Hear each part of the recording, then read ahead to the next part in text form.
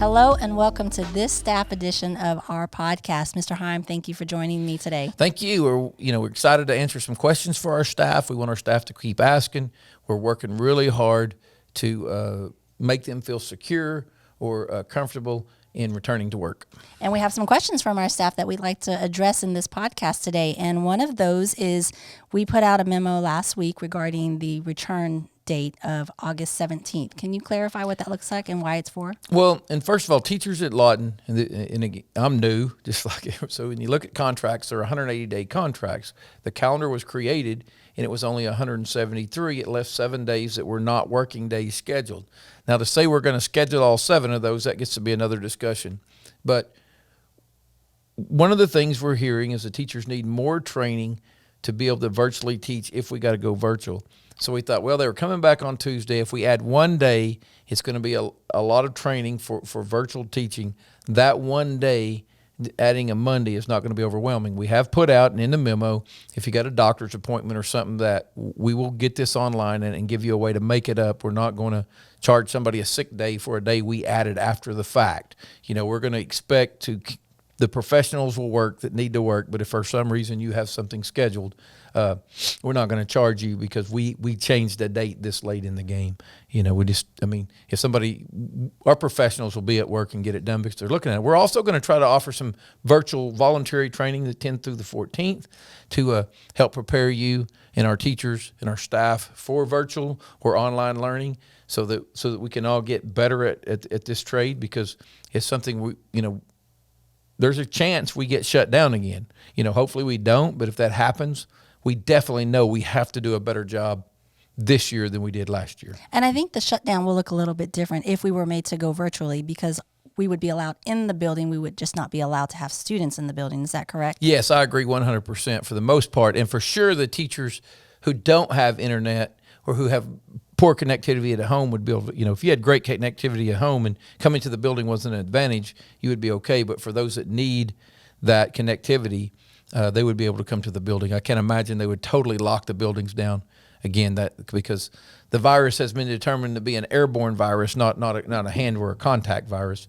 And again, I guess that could change again, because that's how we are right now. As we all know, this changes every day.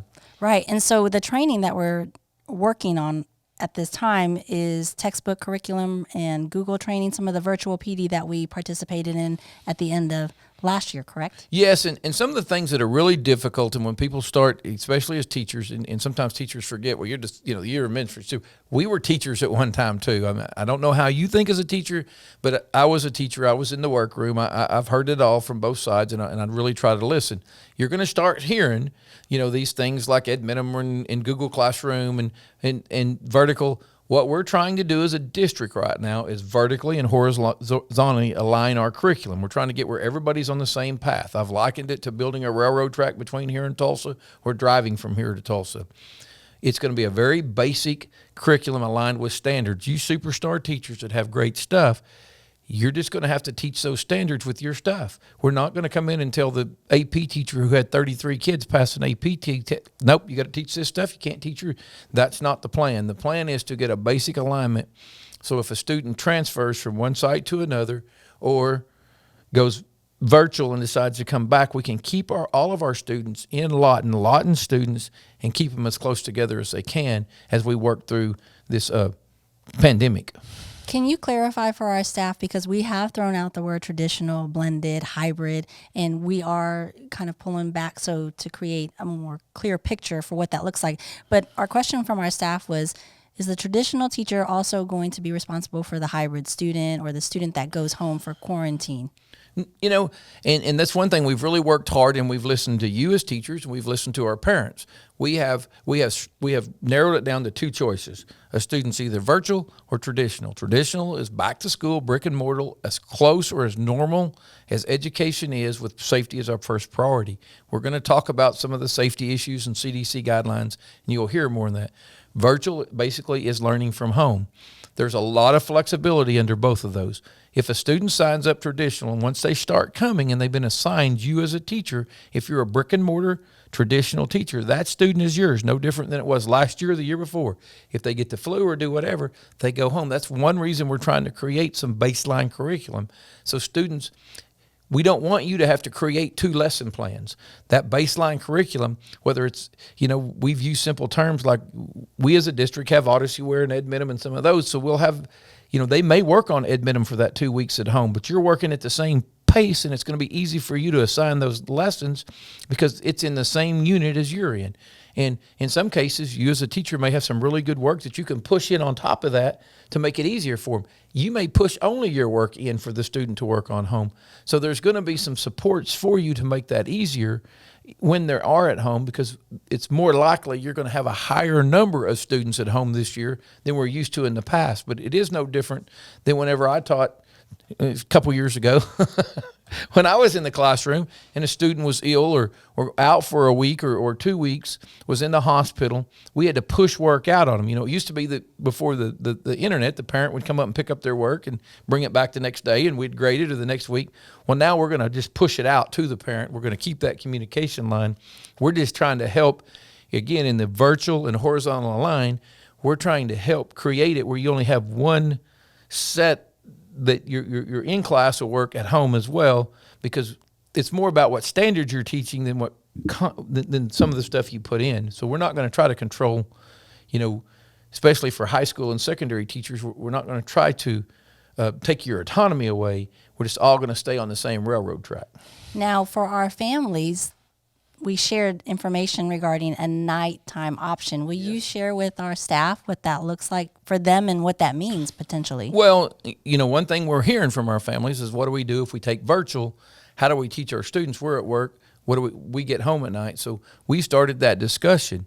Obviously, as teachers, and we're putting out the survey, you should have already got it. You should already have a questionnaire. If you haven't seen it, please email and let us know. But a survey about your needs, and one of the things we've talked about this. We talked about this last week on the podcast. If you have medical reasons or restrictions that's going to make it difficult for us to create that environment for you, we need to know, and so we're going to try to start getting those surveys. So we're, obviously the first thing we're going to try to do is pair the teachers who have the high-risk teachers who can't come back to work with the high-risk students who can't come back to class, so that those people can work together.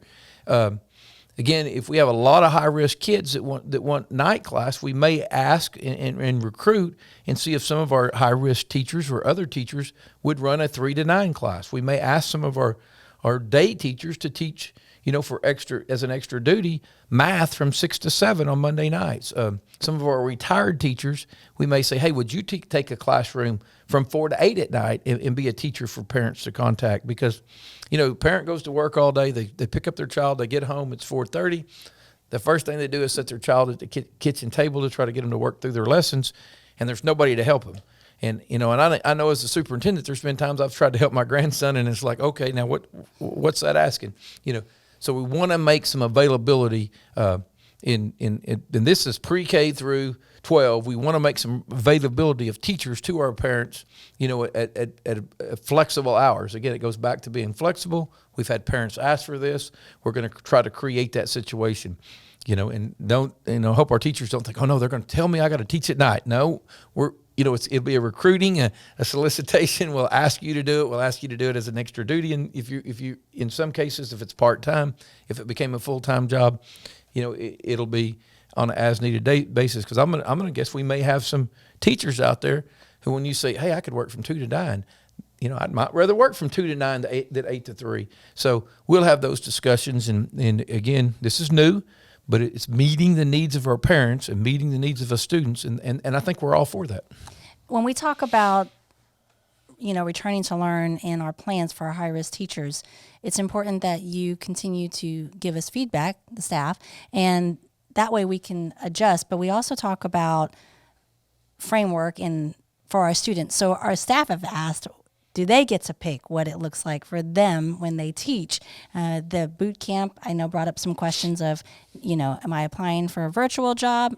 Can you explain what the boot camp was for? Well, the purpose of the boot camp was, again, we're trying to get this curriculum aligned, and it was trying to get things to match up. So we're trying to get teachers in to get a baseline of teachers who have helped build this basic curriculum that puts our scope and sequences, and that's an educational term that we really don't give the parents, but our scope and sequences so we can get everybody on the same page. I could set the scope and sequences, but we want our teachers to set those. And again, everybody can't set them. And one thing we're putting out there is they're flexible. So, if you go to work this year and you don't like the scope and sequence, please bear with us, take notes, and next year we'll work more towards you to get it more in line with what our experts think. And it's one of those things that obviously everybody can't have. If everybody got to choose the scope and sequence, we're not vertically and horizontally aligned. We got to have one. And with 3 high schools and 18 elementaries, there's going to be some struggles with that. We just hope everybody understands that's our goal. And when we do that, it's going to make us better as one district, that we're all teaching at the same time. We're teaching the same units at the same times. If we give benchmarks at some point, and we're not, that's not something we're throwing out tomorrow as benchmarks, but if we're given benchmarks, everybody's given the same benchmarks, and we can evaluate our resources and what we're doing as a district with a lot more fidelity. Thank you. So we're going to take a quick break, and when we come back, we're going to talk about the safety aspect of what our schools look like in the operation plans at your site.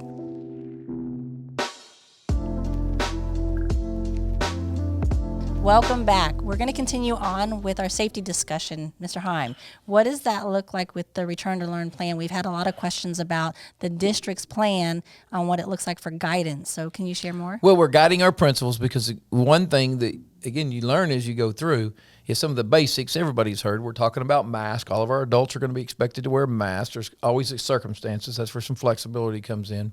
We're going to have hand sanitizers all over the buildings. We've ordered 3,000 hand dispensers that stick on the wall. So every classroom should have a foam dispenser on the wall in their classroom. That I think they got 6,000 squirts for a package, and we've ordered extra so we can refill them. So all your kids will have access to that. You'll have it as a teacher. And some of those things we do are basic that we're going to do. Buses, they're going to wear masks. We know masks are big, but what it looks like, the questions you really get, they get specific to a site. What we do at Eisenhower Elementary is not going to be the same thing as we do at Eisenhower High School or Mack High School.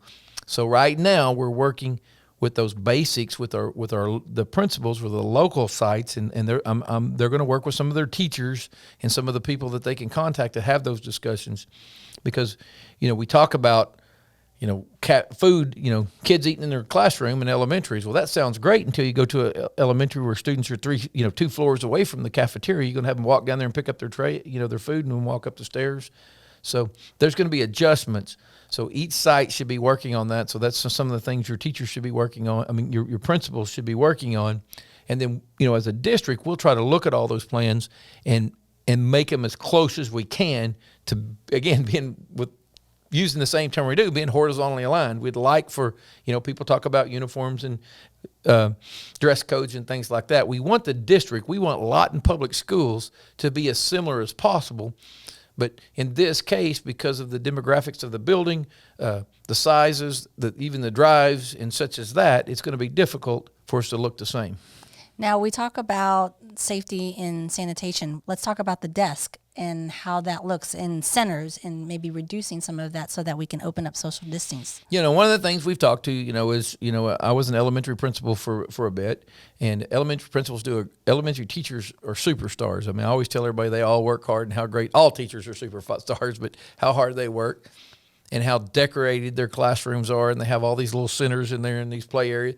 You're going to have to get some of that stuff out of your room, obviously, to create space for distance. Obviously, we're going to try to keep class sizes down, but we don't want 40 kids in a class any more than you want 40 kids in a class, because we know we can't social distance that way. So we're going to work hard to keep class sizes down. We're going to ask teachers to clean their space and spread their desks out, and then it gets to be site. How do you go to the restroom? How do you get back? How many kids can go at a time? What does lunch look like? It's going to look different on different sites. So those plans should be coming out to make you feel better as an adult. Obviously, some of our staff are parents. Same thing. You start looking and thinking, what's the safety for your child, so we can create a safe environment for them. Prior to the start of school, we've had the question, are we going to provide COVID testing? Can you share more information about that? We just tested all the administrators tested. We should have the results back any second now. we're excited about that. We're going to, we want to get our teachers tested. Again, the availability of tests gets to be a question because we can't use all the Comanche County tests because we have almost 1,000 teachers. But we are going to encourage teachers to get tested. We know that if all of our tests come back today and everybody at the Shoemakers negative. I had a test last week because I took a picture with Stitt and Goof. I stand there. I pulled my mask down. You had to see who I was. I was taking a picture with the governor. I mean, we all, when you get done, you're like, why did I do that? And then he tests positive, and you're like, oh, that guy. But I tested it, and I tested clean. So, we all need to do that, but we're going to feel more comfortable knowing everybody that's working is clean. And somebody asked me, when we said, well, if we test all the teachers, what are we going to do if 4 or 5 of them come back positive? I said, well, I'd let us know and keep them at home. That's how valuable people think teachers are. They know we have to have you at work, and we couldn't survive if you have to stay home. But if the asymptomatic teachers without symptoms or adults without symptoms are the scary people right now because they're bringing the disease around people and shedding it. That's why you wear a mask, because it keeps you from giving it to somebody else. And that's why we test. So if we knew all of our adults had tested negative, it would give our parents and even our adults a little bit more sense of security, knowing that, as of yesterday, nobody in their building was positive. And so we talk about aligning our curriculum for that reason right there, because if a teacher did have to go out and be quarantined or was ill, then somebody could step in and follow. And that's the thing we'd like to do, is get an online platform. The platform is there. The teacher does not have to use the platform. Everybody reads in Facebook and the deal that's going on in Norman with one of their platforms. And, we're not trying to say you have to use this platform, but the platform is there. And if you're following that scope and sequence, if, God forbid, but if somebody in your family got sick, you're not worried about building lesson plans and creating those, are we at school? Are we in school? How many kids are out? Your kids just jump into that platform for that week or 2 weeks or 3 weeks. And then when you come back, and I likened it to a drive from here to Tulsa. Yeah, I always use from here to Tulsa. But as a teacher, our teachers, we have great teachers. That's interstate highway driving 70 because we can't drive 75. We're 75, not 76. I know you all drive 75. And I realize if we jump to this platform, we're going to be hitting a lot of road construction and driving on the service roads. We're not thinking it's going to be the same drive, but at least we're still driving. And it would give lesson plans for the subs. It would take some pressure off the teacher to worry about those lesson plans. I told somebody this other day, I'm new here. I know we don't have any teachers with 3 plans, but just think how much, if we happen to have one with 3 plans, it would be that's there, ready for them to go. They're taking care of their level and they don't have to have it. So when you see that, don't think this is a have to. The have to is to make sure you and the platform are following the same track, so that if something happens to you or a student, they could get into the platform and at least keep moving in the same direction. We know you as a staff have tons of questions, and we hope that these podcasts are helping to answer some of them. But as we continue to move closer to the school year, it's important that they keep that line of communication open with their principals, correct? Yes. I mean, I don't want anyone to think that I'm not available. It's one reason I'm doing this podcast, because I want to make sure the staff knows I value your opinion. The issue you're going to have is a lot of the questions we're starting to see are going to be building specific. How are things going to be handled at buildings? Obviously, there's lots of questions about leave and how we're going to do it. If we're sick, do we stay home? When do you come back? Do you got a test? When you stop and think about it, a lot of that stuff is just going to be CDC guidelines. I'm not the health expert. I've read through that stuff. Dr. James is now in charge of human resources. You go talk to him. He can talk to you for 30 minutes about it because he's read it over and over to try to learn it. But that may change. We will consult the experts and the attorneys on how to, because we're going to pay you if we can pay you. So those things get easy. But the other questions that are building specific, feel free to email me, but talk to your principal, talk to your site leaders, and make sure you guys are working together, because the plans are only going to be as good as we all support them. And I said this earlier, I can set the speed limit, but it doesn't matter. The legislatures can say, well, we're going to move all the speed limits to 60. Well, they can move them to 60, but if the highway patrolman won't write tickets until you're over 75, the speed limit's not 60, it's 75. We all know that. I mean, people don't drive 75 on the interstate. I haven't lived here long enough. I'm assuming it's 80 or 85 before people think they're going to get a ticket, because that's just the mentality we have. So we have to put together plans that our adults can work with us and help us support, because we have to have your help to enforce them. We're working together to make them work. So make sure you're working with your local, but make sure you know I'm available. My time is yours. I work for you. My job is, I say this forever, my job is to make your job easier through the chain of command, because I want to make it where you're teaching kids and not doing, our staff is doing their job, not doing paperwork or concerned with little things. So we're going to work hard to make this work. All right. Thank you for your time, Mr. Hime. I want to encourage our staff to continue to check their emails every day, because we are continuously putting out new information. Is there anything else you want to? Yeah, and that new information is going to get fast and furious. At times, it's kind of like I was telling somebody today that, I moved here in March and we all got shut down, and here I am, and all of a sudden now school's about to start and I've got a fire hose at me, because the information is fast and changing, and how we're going to do it. So please check. And if you see something you got, again, thoughts and ideas, we want them.